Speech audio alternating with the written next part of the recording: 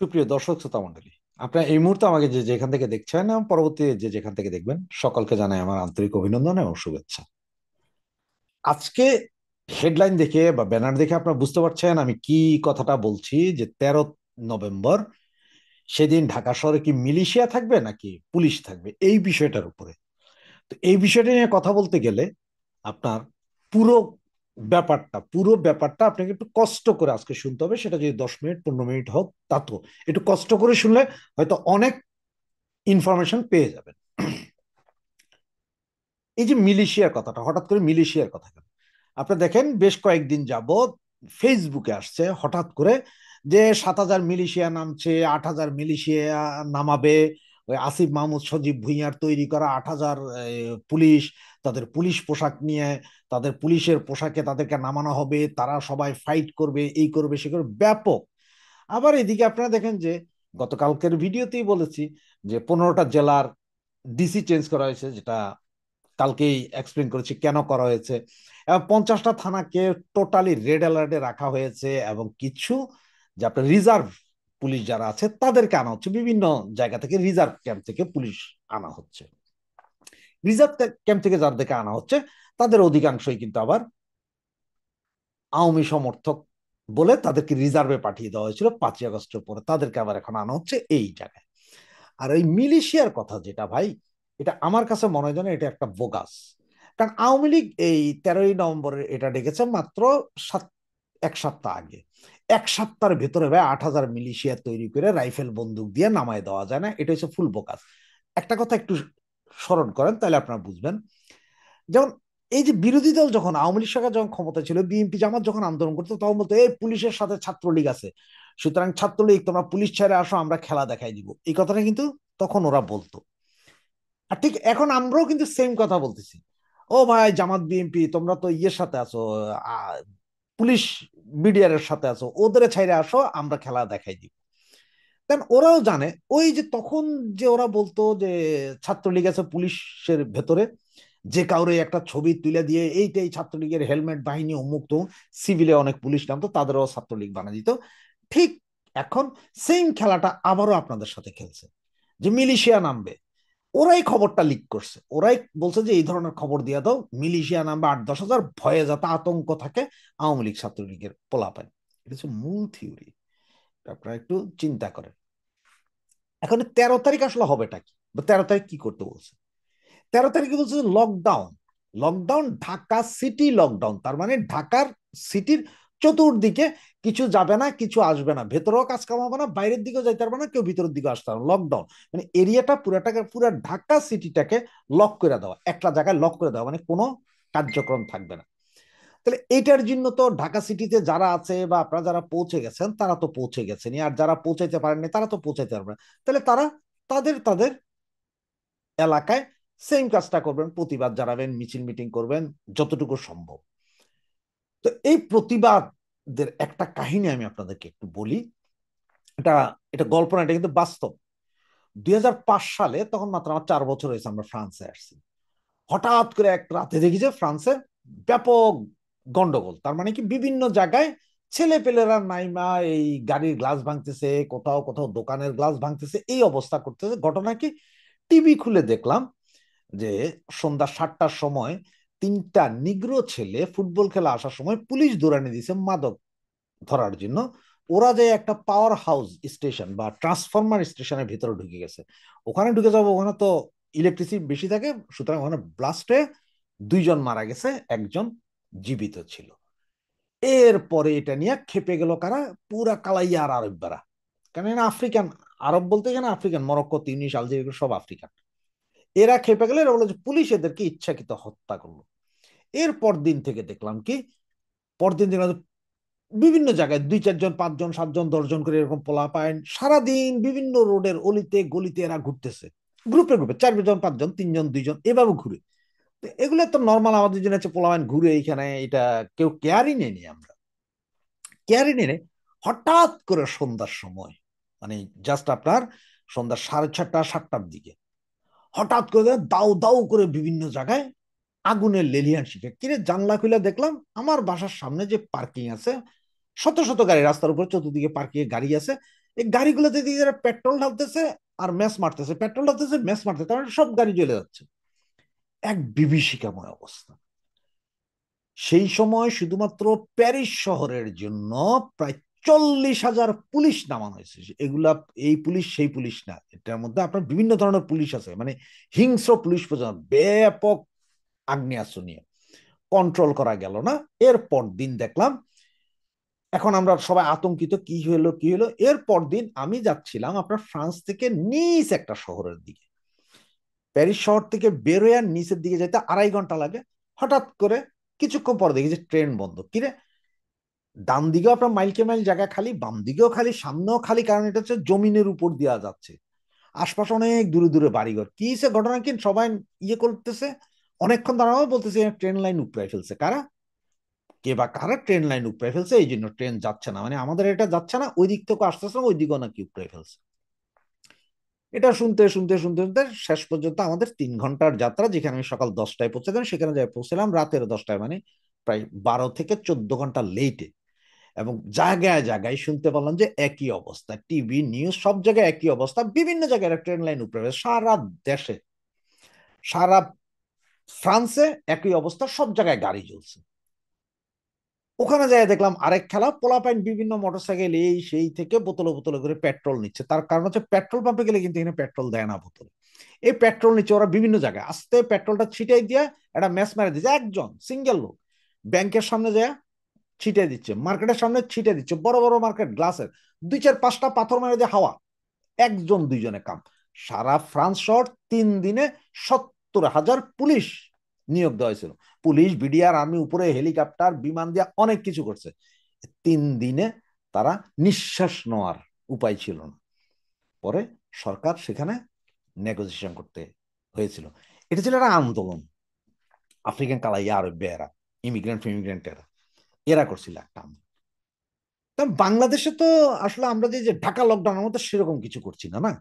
আমরা তো ওখানে যাচ্ছি ভাই, শান্তিপূর্ণ মিছিল করব আমরা, হয়তো শান্তিপূর্ণ ভাবে দাঁড়াইয়া গান গাইবো, এই সেই করবো। এছাড়া তো কিছু তো আমাদের এখন করার মতন উপায় নেই বা সক্ষমতা নাই। আগে এক সময় আমাদের সক্ষমতা ছিল, এরশাদ পিরিয়ডের আন্দোলন, খালেদা পিরিয়ডের আন্দোলন, আমাদের ব্যাপক সক্ষমতা ছিল। আমরা বিভিন্ন রাস্তায় কিছু পারছি আর না পারছি গাছ কাইটা দিছি।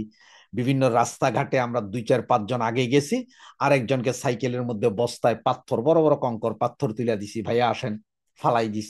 ওগুলা দিয়ে মারামারি করছি পুলিশের সাথে। এইভাবে আমরা করছি। আমরা ফ্রান্সে আরেকটা জিনিস দেখছিলাম, মজার জিনিস, সেটা হচ্ছে হাইওয়ে রোড ভাই। হাইওয়ে রোড করলো কি, এটা খবরে দেখাইছে, হাইওয়ে রোড করলো কি, অনেক জায়গায় কাজ চলতেছে না হাইওয়ে রোডের এক সাইডে, আর এক পাশ দিয়ে যে ডাইনে বামে আসতেছে, হাইওয়ে রোডের বিভিন্ন জায়গায় আপনার কাট, ইয়ে কি বলে আপনার, এটা ওই যে প্যারাক বলেন না, প্যারাক, কালো কালো কালো কালো তুলে প্যারাক আছে, ছোট ছোট প্যারাক, একটু 3 মাথার টাইপের, এইরকম প্যারাক বিভিন্ন জায়গায় ছিটাই রাখছে। তার মানে হচ্ছে কি জানেন, এই হাইওয়ে রোডে গাড়ি চলতেছে, প্যারাক ঢুকতেছে, গাড়িতে শেষ, ওই গাড়ি ওখানে লক, এর পেছনে এবার শত শত গাড়ি দাঁড়ায় দিছে। ওই যেখানে ট্রেন লাইনের উপর দিয়ে যেখানে গাড়িটা যায়, ওই ট্রেন লাইনের ভেতরে প্রচুর প্যারাক, মানে গাড়ির চাক্কা পড়লেই ওখানে প্যারাক ঢুকতেছে, বড় বড় প্যারাক গাড়ির চাক্কায় ঢুকতেছে, গাড়ি লক। তো এই ধরনের করছে ওরা ওখানে। এটা ফ্রান্সের কথা বলতেছি আর কি আপনারে। এগুলা মানে কালাইয়া আরবদের বুদ্ধি বলতেছি, যে ওদের বুদ্ধিটা কি দেখেন, যে রেল লাইনের লাইন উপড়ায় ফেলা, ওইদিকে রাস্তার উপরে কাটা ফালায় দেওয়া, কাটা মানে হচ্ছে প্যারাক ফালায় রাখা, এগুলা। এরপরে পেট্রোল লইয়া বিভিন্ন ব্যাংকের, আমাদের দেশে যেরকম ব্যাংকের বুথ গুলো আছে না, এরকম বুথ, কোন বুথের ভাই গ্লাস ছিল না, সব গ্লাস ভাঙা ফেলাই দিছে। ওই যে বুথ যেটা আছে না, হেটার ভিতরে পেট্রোল ঢালা দিছে আগুন লাগে। আমাদের দেশের মতো তো এত অল্প না, এখানে তো শত শত বুথ আছে, রাস্তার কোনায় কোনায় বুথ আছে, এবং আপনার সিকিউরিটি ক্যামেরা থেকে শুরু করে সব, কিন্তু কোনো সিকিউরিটি ক্যামেরা ধরতে পারে নাই। তার কারণ কি জানেন, এগুলো সবার মাথায় ছিল ক্যাপ, সব শুধু চোখ মুখ, চোখ ছাড়া আর কিচ্ছু দেখা যায় না পোলাপেন। এই অবস্থায় যে তারা কাম করে দিছে। তো এইখানে এত উন্নত প্রযুক্তি, এত কিছু থাকার পরও কিন্তু ঠেকাইতে পারে নাই এই পোলাপাইনরে। তারা সারা বাংলাদেশে, মানে এই অঞ্চলের পুলিশ একটু ঘেডি ধরছে, অন্য অঞ্চলে গটাই দিছে কাম। এরপরে করলো কি, তারা বিভিন্ন ময়লার যে ড্রাম ট্রাম রাখে না রাস্তায়, এই সব ড্রাম মাইনা ফালাই দিল রাস্তার উপরে। ওই যে গাড়ি কিছু পইরা থাকে না এমনি গাড়ি করে, এগুলোর ধাক্কায় আইনা দিল। বিভিন্ন শহরের পাশে যে গাড়ি দাঁড়ায় থাকে, যেমন আমাদের ধরেন যে বাংলাদেশের বিভিন্ন ডিপোগুলোর পাশে রাস্তার উপর গাড়িগুলো থাকে না, বড় বড় গাড়ি, এগুলো সবগুলোতে মাইরা দিতেছে আগুন। তার কারণ হচ্ছে যে এগুলো গেলেও কি হবে, গেলে তো সরকারও যাবে, পয়সা সব তো ইন্স্যুরেন্স, কেউ তো গরিব তো মরতেছে না। কিন্তু একটা লোকের গায়ে ওরা টাচ করে নাই, কোনো ব্যক্তির গায়ে মারে নাই, এগুলোর উপরে করছে ব্যাপক আন্দোলন। তো এটা হচ্ছে ফ্রান্সের সহিংস আন্দোলন। তা আমরা তো ভাই কোনো সহিংসতা করতে যাচ্ছি না। তো আমার ওই যে কথা যেটা ছিল, সেটা হচ্ছে এরা যেটা এখন আপনাদেরকে ভুল বুঝাচ্ছে যে মিলিশিয়া নামবে, 8,000 মিলিশিয়া, 10,000 মিলিশিয়া, এরা আপনাদেরকে এই করবে সেই করবে হ্যাং করবে ত্যাং করবে। ভাই এটা হচ্ছে ফুললি একটা প্রোপাগান্ডা ছাড়াচ্ছে, যাতে আপনি আমি ভয় পাই। আজকে রাতের সারা, এই রাতের আপনার 12টা 12:30 পর্যন্ত স্বরাষ্ট্র মন্ত্রণালয়ের মধ্যে পুলিশ, বিডিআর, আর্মি সব সহ যে কথা হয়েছে, সেখানের যে রিপোর্টটা এখন পর্যন্ত আমার কাছে আসছে, সেটা হচ্ছে যে আসলে আর্মির যে 50% উঠায় নেওয়ার কথা ছিল গত বুধবারে তারা উঠাই নিছে। এখন আর 50% আছে। আজকে স্বরাষ্ট্রমন্ত্রী যেটা বলছে, আর্মি তো আর্মির জায়গা মতনই আছে, কোথাও যায় নাই, এরা উঠে নাই। তার মানে কি জানেন, বুধবারের পর থেকে যে 15% আছে সেটাই আছে ভাই, এর বাইরে না। মানে 100% ওগুলো নাই আসলে। উনি তো কথাটাকে এমন ভাবে বলছেন যাতে আপনারা না বুঝতে পারেন, যেটা আজকে ওই যে প্রশাসনিক মিটিং যেটা হয়েছে রাতের 12টা পর্যন্ত 1টা পর্যন্ত, সেটার কাহিনী। পুলিশকে বলছে আপনারা নার্ভাস হইেন না, আপনারা নার্ভাস হইেন না, জনগণকে নার্ভাস করা যাবে না, আপনারা নার্ভাস হয়ে গেলে সমস্যা। কারণ হচ্ছে পুলিশের মধ্যে নাকি ব্যাপক একটা নার্ভাসনেস আসছে। তারা চিন্তা করতেছে আওয়ামী লীগের যে কর্মী সমর্থকেরা সারা দেশে যদি একটা মেসাকার সৃষ্টি করে, তাহলে এটাকে ঠেকানোর মতন সক্ষমতা তাদের নাই। এটা পুলিশ সরাসরি বলছে। তারপরও তাদেরকে হোপ বাড়াচ্ছে আপনারা ইয়ে করেন না, জানা এই কারণ হচ্ছে যে এই যে আজকে রাতে বিভিন্ন জায়গায়, ঢাকা সহ বিভিন্ন জায়গায় দেখছেন যে যে সাইকেলের টায়ার, মোটরসাইকেলের টায়ার, ট্রাকের টায়ার এনে পোলাপাইন জ্বালায় যে রাস্তার মধ্যে ছেড়ে দিতেছে। এগুলাতে তারা অলরেডি ভয় পাওয়া শুরু করছে। তো এই ভয়টা কিন্তু এটা মজার জিনিস, এই ভয়গুলো পাওয়া একটা মজার জিনিস, যে পুলিশের মধ্যে একটা ভয় আছে, কারণ পুলিশের কাছে অস্ত্র নাই। তারা চিন্তা করতে আমরা তো গুলি করতে পারবো না, গুলি করতে না পারলে তো পোলাপাইন যদি পিঠটা দেয় আমাদের, তখন কি করবে? এইসব ভয়ের কারণে, এইসব আতঙ্কের কারণে, যেহেতু পুরো গভর্নমেন্টের মধ্যে আতঙ্ক শুরু হয়ে গেছে, তার কারণে ওনারা আপনাদেরকে মিলিশিয়ার ভয় দেখাচ্ছে। এবং বিএনপি বলতেছে ওনারা নামবেন, এদিকে আবার জামাত বলতেছেন ওনারা নামবেন ওনাদের পিআর এর জন্য। বিএনপির এমপি প্রার্থী অমুক প্রার্থীর বিরুদ্ধে তমুক প্রার্থী, এগুলা নিয়ে তাদের মধ্যে গ্যাঞ্জাম আছে, যতই নামার চেষ্টা করুক সবারই একটা কি আছে, বাইন্ডিং আছে। ওনারা অত বেশি অ্যাগ্রেসিভ হইতে যাবে না। যদি অ্যাগ্রেসিভ হইতে যায়, যদি মনে করেন যে আপনাদের ধরতে আসছে, তাহলে আপনারাও দিবেন। বা আমাদের মধ্যে সবচেয়ে বড় দোষ কি, হয়তো বিএনপির 10 জন আসছে বা 15 জন একটা গ্রুপ আইতেছে, আমরা 20 জনের মিছিল করতেছি, ওই 15 জনের গ্রুপ পিছন থেকে ধর ধর কইছে, আর আমাদের 15 জন, আমরা যে 20 জন আছি তার মধ্যে আমরা 19 জনে ভেঙে গেছি, একজন ধরা খাইছে না। সব ওইখানে দাঁড়ায় যান, ঘুরা দাঁড়ান বেলটা নিয়ে, দেখবেন যে ওই যেগুলো চিলে ধর ধর ধর সেগুলোই পালাবে। দুই একটা এরকম দুই একটা যদি একবার হিট করে দিতে পারেন, দেন রাস্তা ক্লিয়ার, দেন ওই এলাকা থেকে আপনারা যান না, কিন্তু আগে একবার হিট করে দেন। এই হিটিং করাটা ক্যাট এন্ড মাউস, মানে আপনারা হিট করতে আসার আগে আপনি হিট করে দিতে পারলে ফুল ক্লিয়ার, পাবলিক নামে এরপর ওদের পিটাইবে। এই হচ্ছে যে কাহিনী। সুতরাং আপনাদের মনে বুঝাইতে পারলাম আমি যে এইসব কি মিলিশিয়া ফিলিশিয়া এগুলো ফাউল কথা, আমরা শান্তিপূর্ণ করব। আমাদের যদি বাধা দিতে আসেন, আমরা সেখানে আপনাদেরকে প্রতিহত করব। আর যেহেতু ঢাকা সিটি লকডাউন, তো আমরা সবাই যে কালকেই ঢাকা যাওয়ার চিন্তা করতে হবে তা না, কারণ এখন ব্যাপক চেকিং হবে। আমরা ঢাকা শহরে আশেপাশে রাস্তাঘাটে যেই যেখানে পারবো সে সেখানেই আমরা তাদের সেটার প্রতিবাদ করব। তার মানে হচ্ছে ঢাকা থেকে কিছু আসবে না, ঢাকাতে কিছু যাবে না। আর ঢাকার ভেতরে আমাদের ভাইয়েরা যারা আছে, তারা ঢাকা শহর সামাল দেওয়ার জন্য ইনশাল্লাহ প্রস্তুত আছে। তারা তাদের প্রস্তুতি গুড করে দিবে। আবার ভয় পেয়েন না যে আজকে যে 15 জন ধরা খাইছে, যে 15 জন ধরছে, আওয়ামী লীগের বিশাল একটা গন্ডগোলের সিস্টেম আমরা বের করে দিই।